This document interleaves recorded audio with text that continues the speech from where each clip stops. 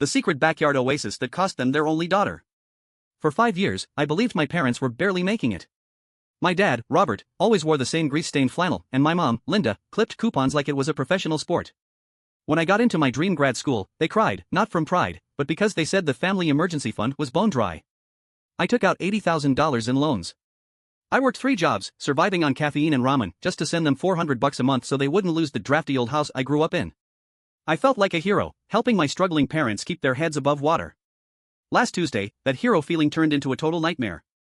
I decided to surprise them with a visit, but when I pulled onto my childhood street, the house was empty. A for-lease sign sat in the yard. My heart dropped. I thought they'd been evicted. I called my cousin, Sarah. I found a literal mansion behind a wrought iron gate. I parked, snuck through a gap in the hedge, and there they were. My struggling parents were lounging on a travertine patio, next to a custom infinity pool that probably cost more than my entire education. My dad was wearing a Rolex, and my mom was bragging to a neighbor about their new beach house in Cabo. I didn't scream. I didn't cry. I just recorded. That night, I showed up at their new place for dinner.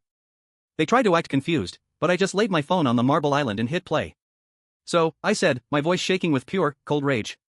How's the Cabo air this time of year? My mother's glass shattered on the floor. My father started stuttering about investing for my inheritance. Inheritance? I laughed, and it sounded like a jagged blade. You let me drown in debt while you played make-believe with my life. You didn't just lie, you stole 5 years of my youth. I handed them a folder. Every cent I sent you, plus interest, plus the tuition you couldn't afford. You have 2 weeks to wire it, or I'm taking this video, and the bank statements I found, straight to a private investigator. I walked out of that palace and blocked their numbers.